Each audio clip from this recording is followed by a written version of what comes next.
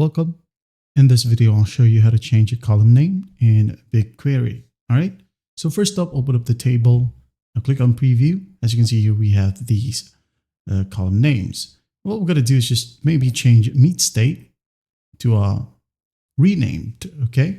So to do that, go ahead and go to query right here, like so. Now I'm going to select all. All right. Accept, open, close. Remember, meet state. All right.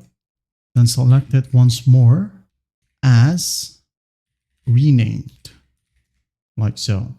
All right. From, just gonna leave it as is. Maybe just one.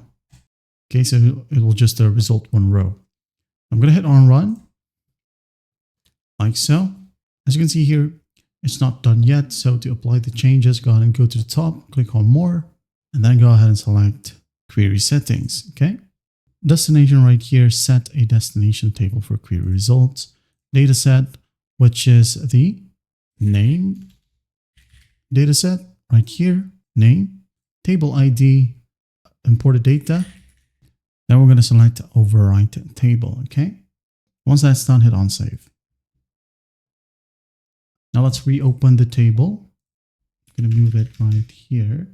Select all from this project.